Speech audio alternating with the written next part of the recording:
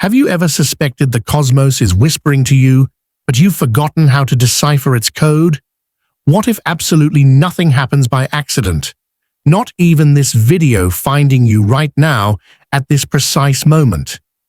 And what if every coincidence you've ever brushed off was, in truth, a cryptic dialect woven into the fabric of reality, trying to rouse you from within? We label them random. But what if they are destiny's native tongue? Carl Jung once reframed destiny, not as a fixed path, but as a reflection. Today you might witness what has perpetually been in front of you. But first, a quiet truth. Every meaningful alignment springs from internal quiet, that profound silence accessible only after a kind of emptying, after ache, after questioning, after letting go. It's in that space that signals manifest, not as replies, but as deeper inquiries. You've been there. That track that starts as their face fills your mind.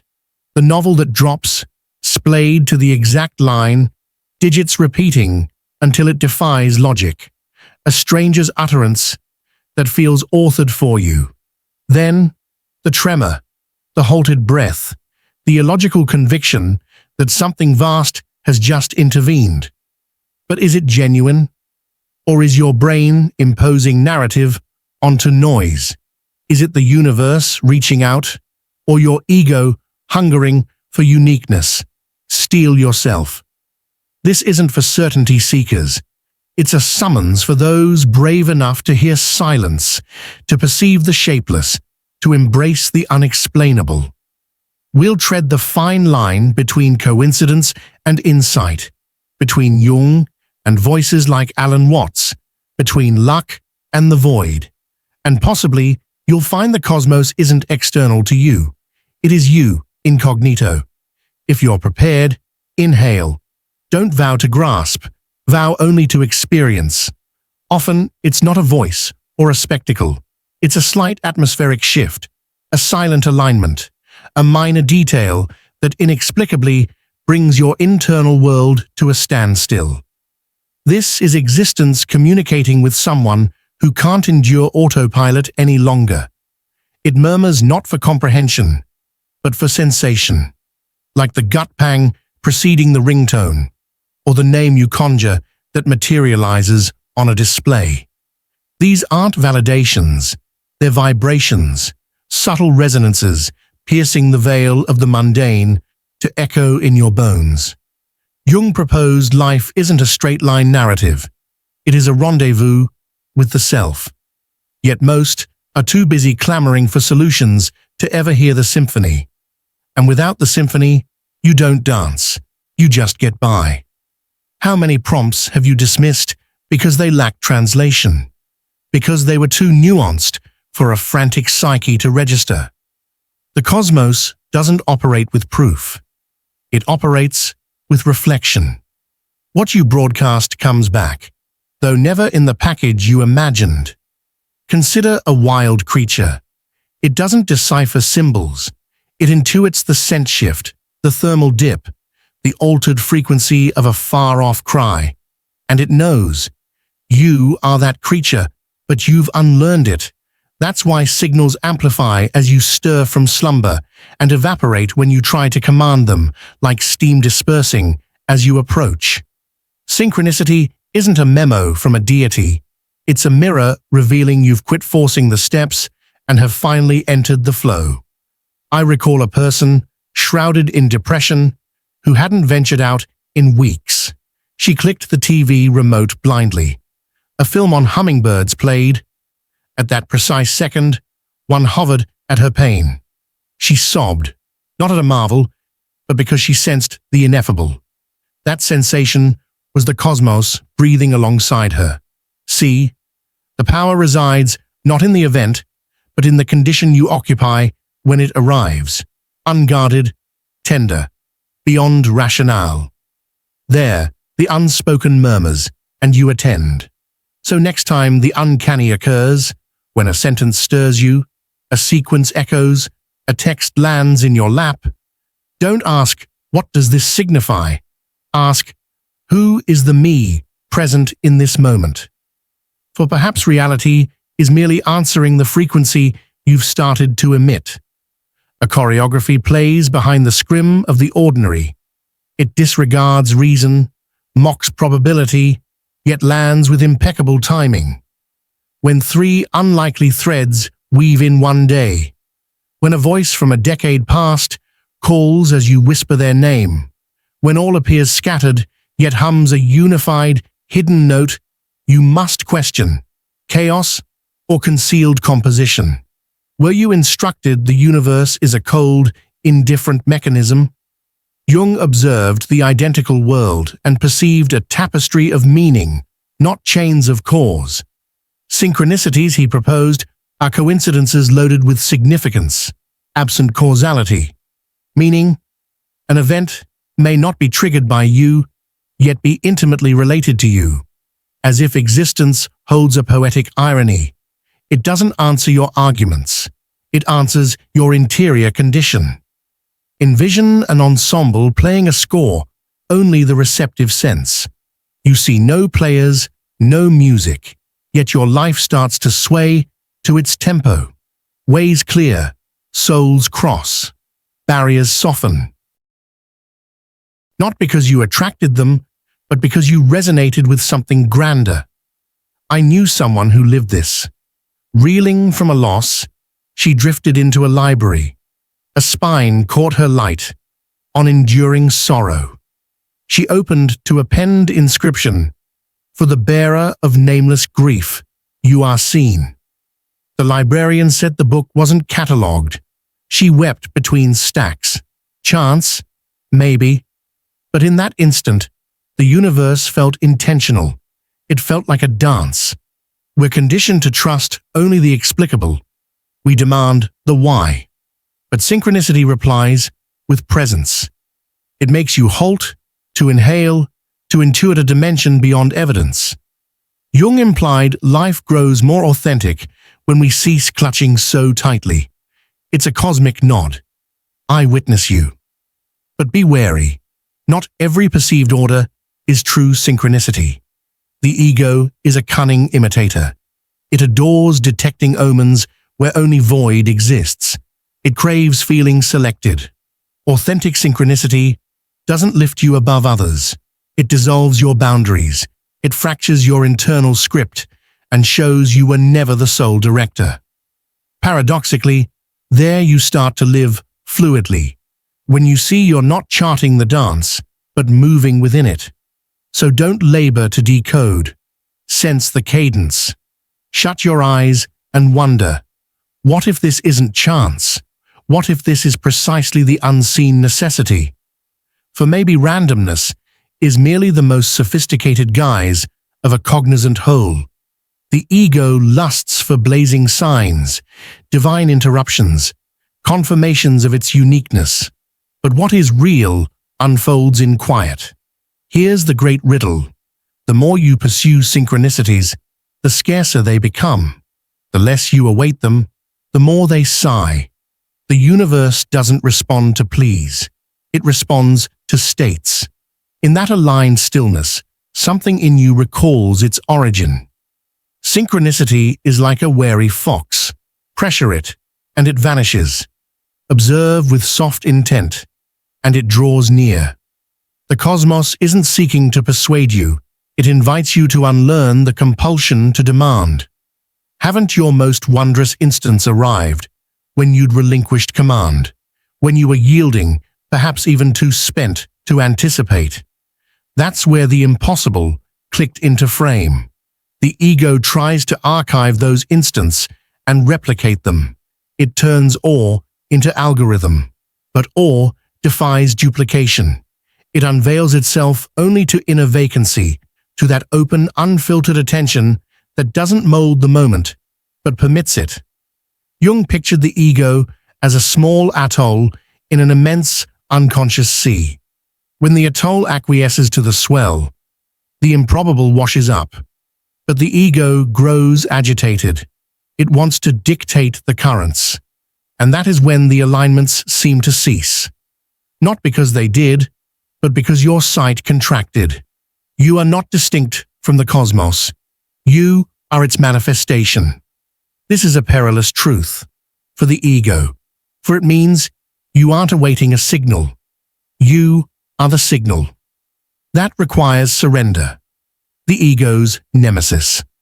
A man once shared that after a wave of synchronicities, he logged every hint.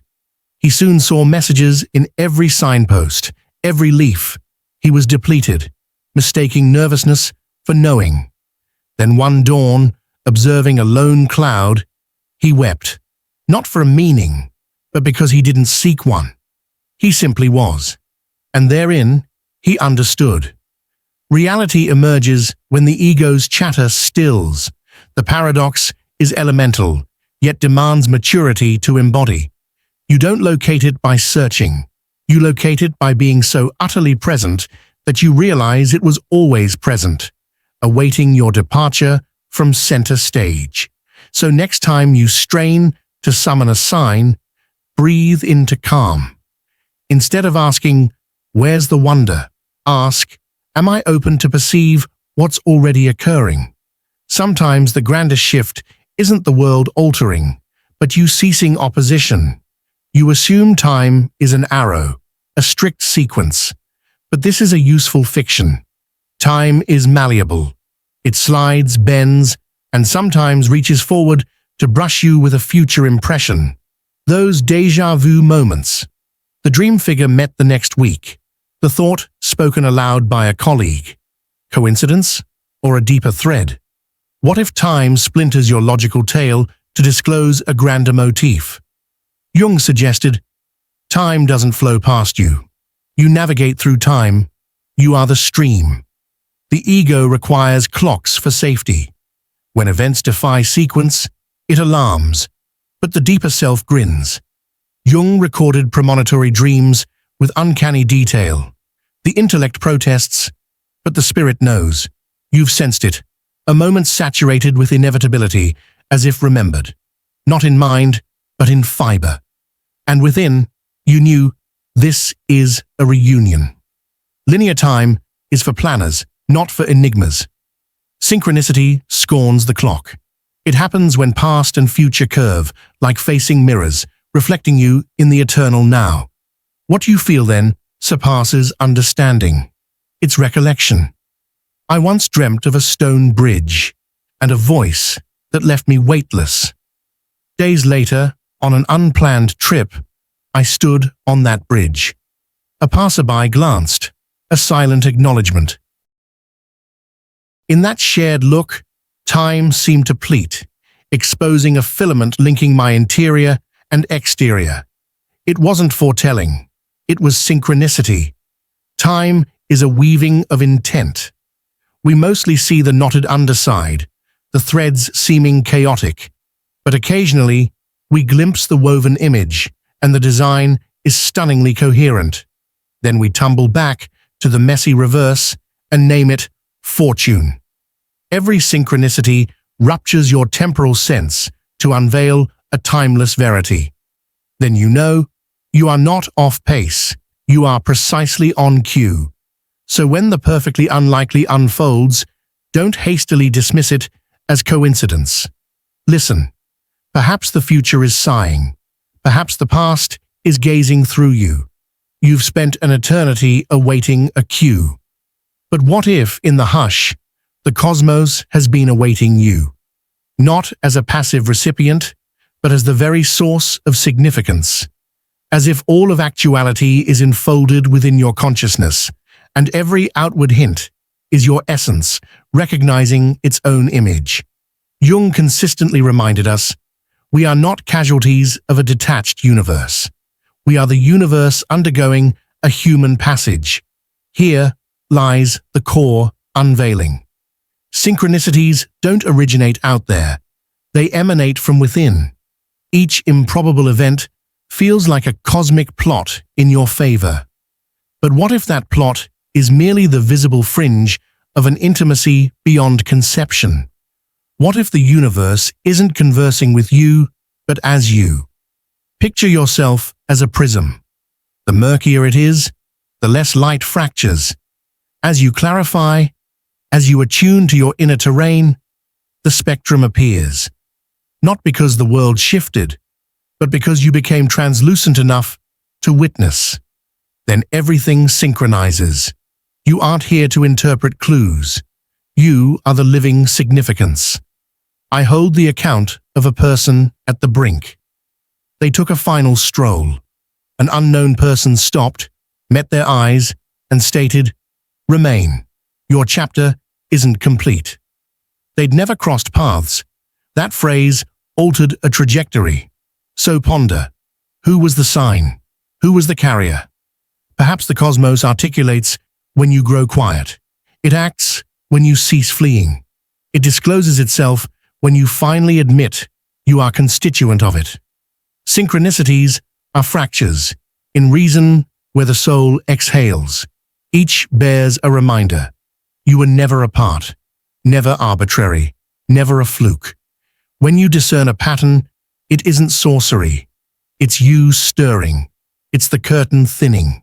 It's the cosmos lowering its guise. And behind that guise, you encounter your own reflection. So cease the frantic hunt for confirmation you're on course. The bare fact you're attending, sensing, probing, that is the cue. You are the junction where seen and unseen merge, where arbitrariness morphs into purpose, where clamor fades into profound quiet. And as you dwell in that awareness, everything subtly transfigures. Ways unveil. Companions arrive. Coincidences gain such exactness they cease to feel coincidental. Not because the world metamorphosed, but because you recollected what Jung knew. Your fundamental identity was perpetually present beneath the static. You are the sign you've pursued. You are the meaning you longed to be shown. You are the cosmos awakening inside its own vision, perceiving through your gaze. And somehow you arrived here, now absorbing these syllables. In quiet, or with a clenched heart, or with an unaccountable swell within. Whatever you experience, let this instant request one simple deed. Halt. Peer not outward, but into the inner chamber that just grew tranquil. That slight intermission between thoughts, that was the ultimate alignment. You didn't arrive to decrypt a cosmic cipher. You arrived to recollect yourself. To recall the universe was never external. The messages were always nestled within the gentle motions of your own perception. You were never an alien here. You have eternally been the lexicon existence employs to articulate itself. The dance was never between you and the cosmos. The dance has always been you, as the cosmos, learning its rhythm via your lived journey. A final tale, delicate and enduring. During a darkened passage, I bore an ancient, nameless fatigue. One commonplace evening, I sat on a chilled bench in a deserted square. I sought no counsel, only stillness. A small child passed, hand in father's, and inquired, "Does the sky feel us watching?" I didn't comprehend why it unraveled me so, but I felt it. The phrase was no happenstance. It felt as if the firmament had vocalized, conscious of my witness, and I was integral to its response. From that night, I quit imploring the universe for neon evidence. I learned to heed the murmurs, the faint ones you detect only when you silence your own din. And if this located you today, at this exact juncture on your road, then perhaps this is your bench in the square. Perhaps this is your impossible synchronicity, the one you didn't know you anticipated. Thank you for remaining. Thank you for not retreating when the depths beckoned. Thank you for permitting yourself to feel what requires no rationale. The night is deep. Perhaps you clicked play not for diversion, but to feel comprehended by a voice unflinching before the expanse. I do not flinch either. We may never intersect. Or perhaps tomorrow, you'll check the time, see 11:11, and recollect this exact second. And you'll smile, for a fragment of you will recognize the sky has been perceiving you all along. If this resonated, please press like. It genuinely supports this channel, Wines of Thought. Thank you for listening.